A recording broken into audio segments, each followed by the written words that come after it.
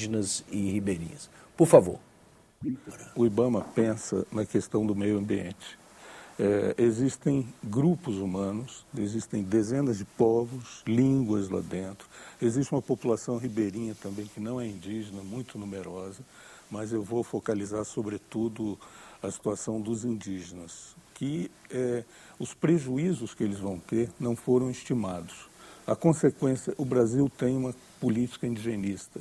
O Brasil, perante as outras nações, assumiu a responsabilidade de manter a sua diversidade sociocultural, valorizar essas tradições e cumprir convenções internacionais pelas quais essas populações não podem ser tratadas como nenhum obstáculo ao progresso, simplesmente retiradas da frente, né?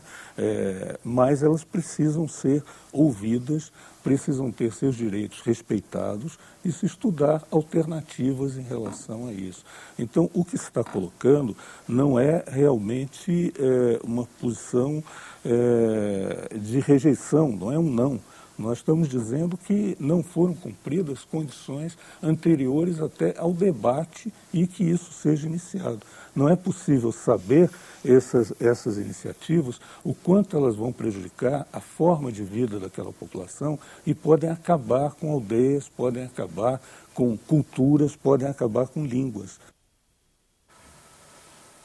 O que o senhor acha da opinião do seu colega antropólogo? Olha, nós respeitamos totalmente a opinião do professor e é correta, quer dizer, esse tipo de empreendimento tem que analisar, quer dizer, existem condicionantes, se eu não me engano, 40 condicionantes estabelecidos pelo IBAMA para a emissão da licença ambiental, os quais devem ser totalmente cumpridos. Quer dizer, isso na verdade não é nem, isso é uma condição legal, quer dizer, sem o cumprimento prévio desses condicionantes, a licença, se eu não me engano agora no momento, a licença prévia e a licença de implantação, elas não seriam, elas não poderiam ser emitidas.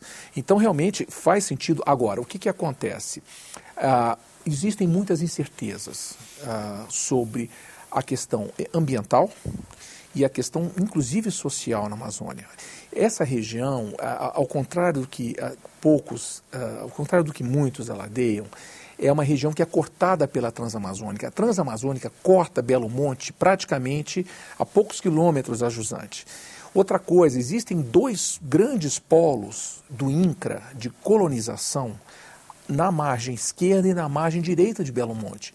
E isso na imagem de satélite é claro, quer dizer, o telespectador pode ir ao Google Earth, procurar a cidade de Altamira, no Pará, Belo Monte está logo rio abaixo, alguns quilômetros, e vai observar que existe uma grande devastação que já vem de mais de 10 anos, né? Quer dizer, devastação entre aspas, porque foi um projeto do INCRA, federal. De colonização. De colonização. Na verdade, essa não é uma área prístina, não é uma área intocável mais, é uma área de produção agrícola, de produção pecuária, não é verdade? Existe mineração, existem algumas tribos indígenas que não serão afetadas diretamente pela obra, porque a diminuição do lago visou basicamente a redução, digamos assim, desse impacto relativamente a essas comunidades. Quer dizer, nenhuma comunidade indígena será inundada, será realocada. Agora, essa que é uma outra grande questão que tem que ser colocada também. O empreendimento, numa fase inicial, requer, digamos assim, até legalmente, uma compensação financeira para os municípios, para os índios e para o Estado, na ordem de 1,5 a 2 bilhões de reais. Não é? Quer dizer, esses recursos, eles, se bem utilizados por essas populações, pelos municípios e pelas comunidades, podem dar uma sustentabilidade econômica, saneamento. Quer dizer, essas medidas todas, inclusive projetos de saneamento, projetos de geração de emprego e renda, quer dizer, essas populações, isso também é muito importante, que tem o menor IDH do Brasil, praticamente nós estamos falando dos 5% menores IDHs do Brasil estão nessa região.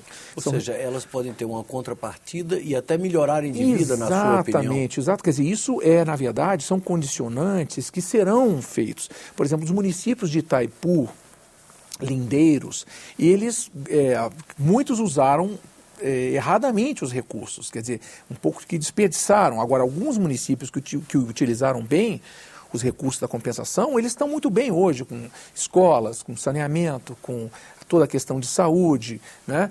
Capacitação, digamos, de pessoal técnico da prefeitura, quer dizer, então houve realmente um aporte muito grande, isso nós estamos falando já nos últimos 30 anos, dessas compensações, e o mesmo deve ocorrer, até por lei, por força de lei, no caso de Belo Monte. A questão mais, diria assim, delicada, e que talvez, no meu entendimento, Armando, deveria ser buscada, é a seguinte.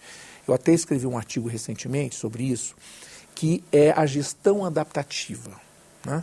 O que está faltando, quem sabe, aos órgãos de governo, aos empreendedores, àquelas comunidades que estão afetas à obra, ou afetadas, os organismos não governamentais que têm lutado, até, digamos, de uma forma até...